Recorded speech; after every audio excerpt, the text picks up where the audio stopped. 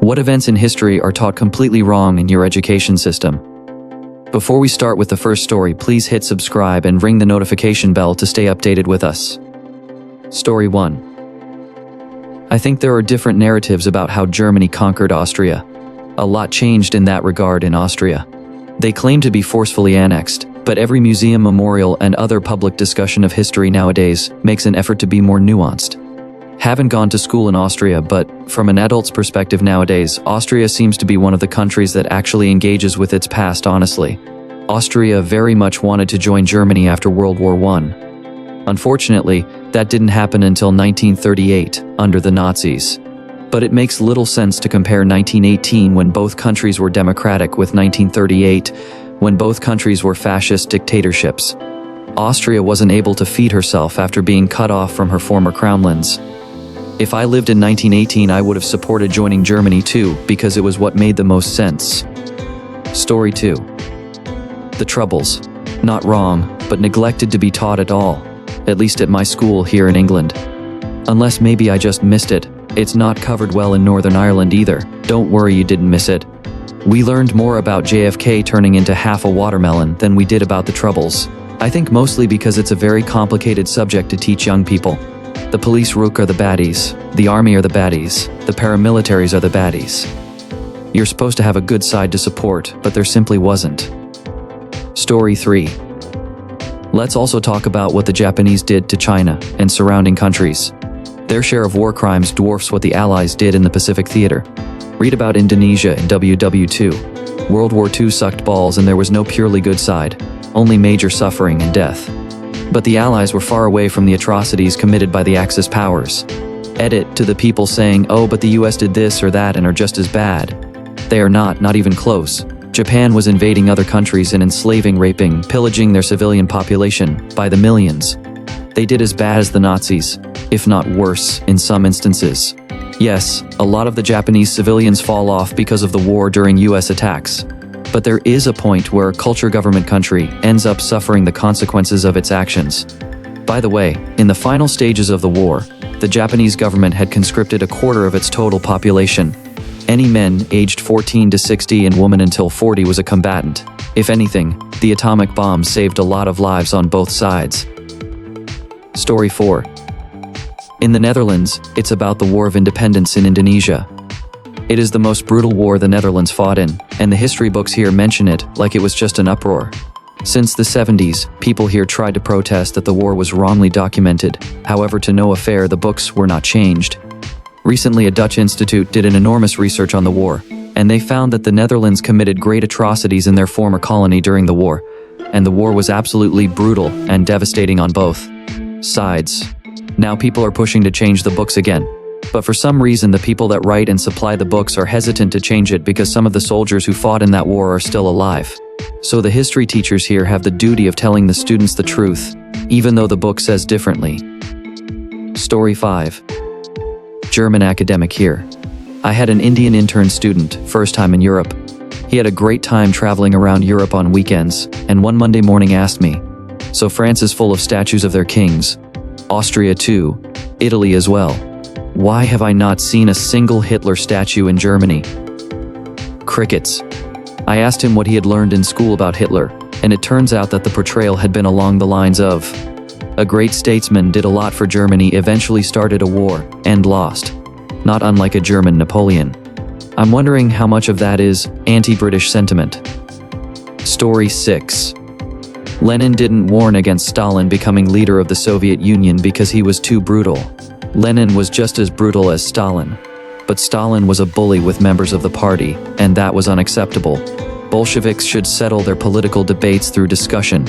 This has led to the myth that Stalin betrayed the revolution, or that Lenin wasn't as bad.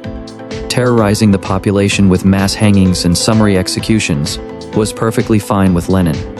But you don't punch a member of the party because you disagree with them. Also, Stalin called Lenin's wife a fat, so that probably didn't help. Edit, this triggered tankies. Story 7. European education focuses on the ruling powers and elites, but it ignores many crimes against humanity that were carried out by them. In Europe, large areas were forcefully depopulated. Hunger was used as a political method to gain power. Forced labor and child labor were widespread. Children were taken away from their parents and used as child soldiers. People were forced to become mercenaries and then sold to colonial armies. Many Europeans had to survive day by day living in shack dwellings and slums or renting a few meters to sleep on. These things happened in Europe until the middle of the 20th century.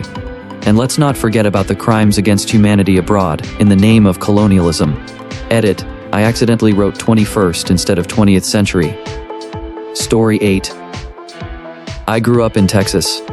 When it came to the events surrounding the Civil War and slavery, all the curriculum was just a little bit off, or an outright lie.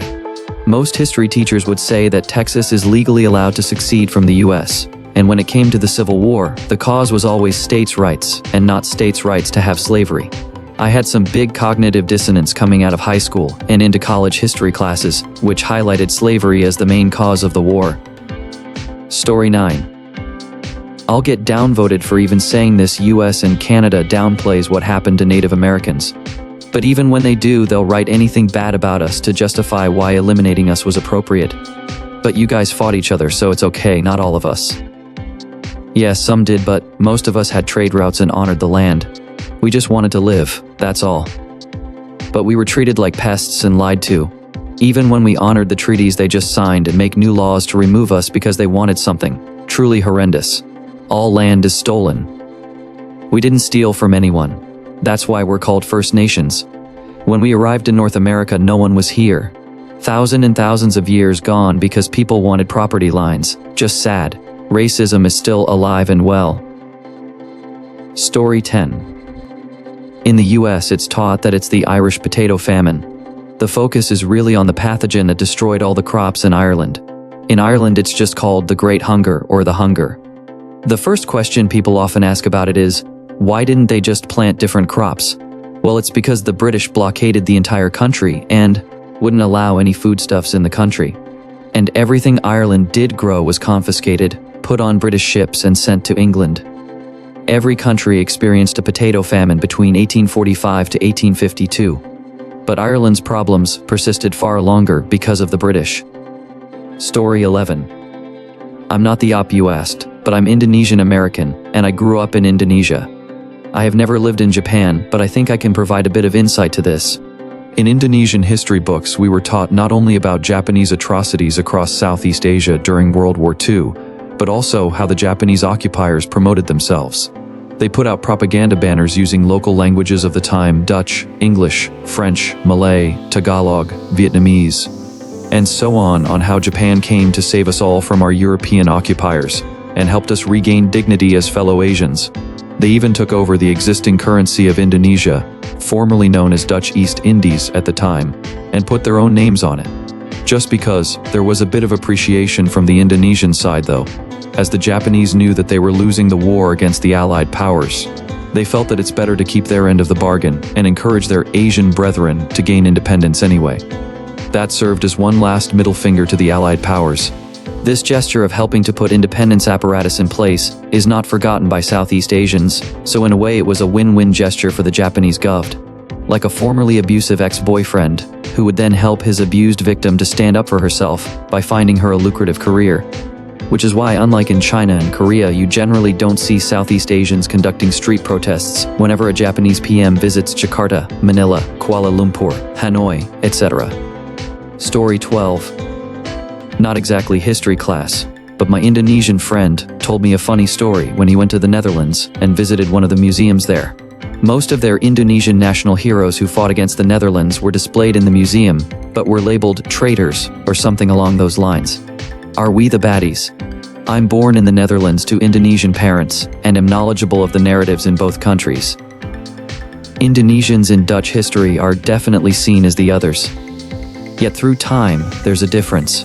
The initial narrative from the Dutch government between 1945 to 1949 is that Indonesians were merely rebelling against the Dutch authority and were a product of the Japanese occupiers.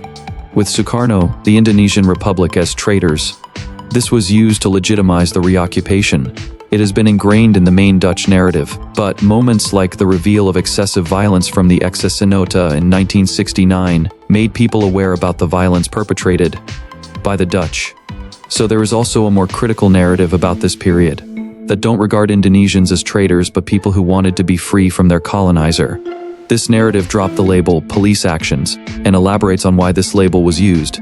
And recently institutions are more open to include a different narrative, such as the recent Rijksmuseum exhibition about the Indonesian Revolution, involving Indonesian historians and curators in the Netherlands' largest museum. This came in a wave of research on the Independence War, publication of David Raybrook's Revolutie, and the movie De Oost. I frequently visit museums, where curators have redesigned their permanent exhibitions such as the Ethnology Museum, World Museum, Resistance Museum, Verzets Museum, and Modern Art Museum, Stedelijk Museum, being more inclusive and not relying on the old narrative. Story 13. The Algerian War of Independence. Back when I was in high school, it was the very first year that this topic was taught in high school, in an entire chapter. Before it was only mentioned briefly, except that it completely downplayed what France did there, all the atrocities, torture, and more.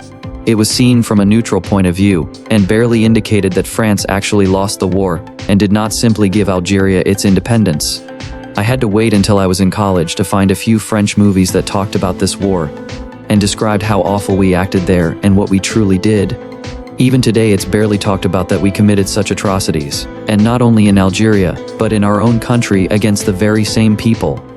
In 1961, a protest against an anti-Muslim curfew resulted in around 200 Algerians being drowned in the Seine by the police. And that's far from the only thing that happened. Some people that actively participated in this war are still alive today, and we barely talk about it. Except for the Algerians and/or activists, which are very vocal about it but are silenced. Truly one of the worst things France has ever done. We often talk about Spain, the Netherlands, or the UK as important colonialist countries, but France also had a huge part in it that it often downplays. Story 14. I'm from Spain, and as all of you know, there was a civil war between 6-3, and there were two sides, the ones defending the Republic and the nationalists, that ultimately went on to win the war. So when the dictatorship finished here in Spain, this war was thought of as an easy victory for the nationalists. But while that was completely wrong, nowadays it has completely shifted to the other side. What I'm going to say, it's very controversial here in Spain, but most of the left-wing governments have been tweaking this part of the history to their side.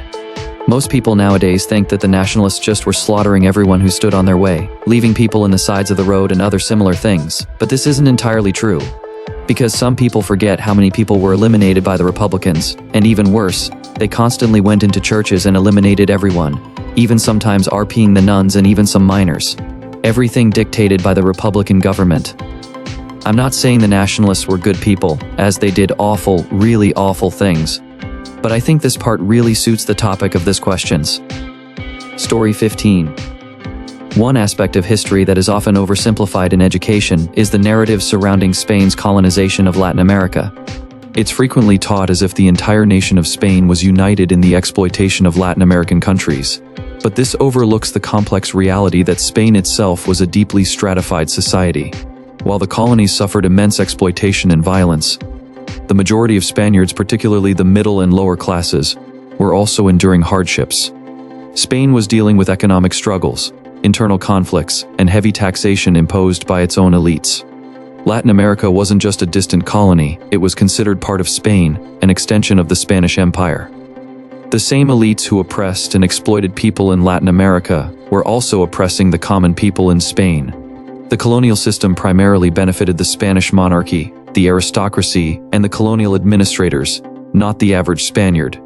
Recognizing this shared suffering doesn't diminish the atrocities committed in Latin America, but it does highlight the need to direct blame towards the ruling classes and colonial structures, rather than viewing it as a simple conflict between two nations. By understanding that colonization was driven by the interests of a powerful elite, we can reframe the historical narrative to focus on the systemic exploitation that occurred across the empire, both in Spain and its colonies. Note, I wrote in broken English. I read it and it was crap. I used ChatGPT to improve readability to deliver the message I intended to respond to. Alright folks, that's a wrap. If you like this, please hit the thumbs up and subscribe to the channel. You can also share your thoughts in the comment below.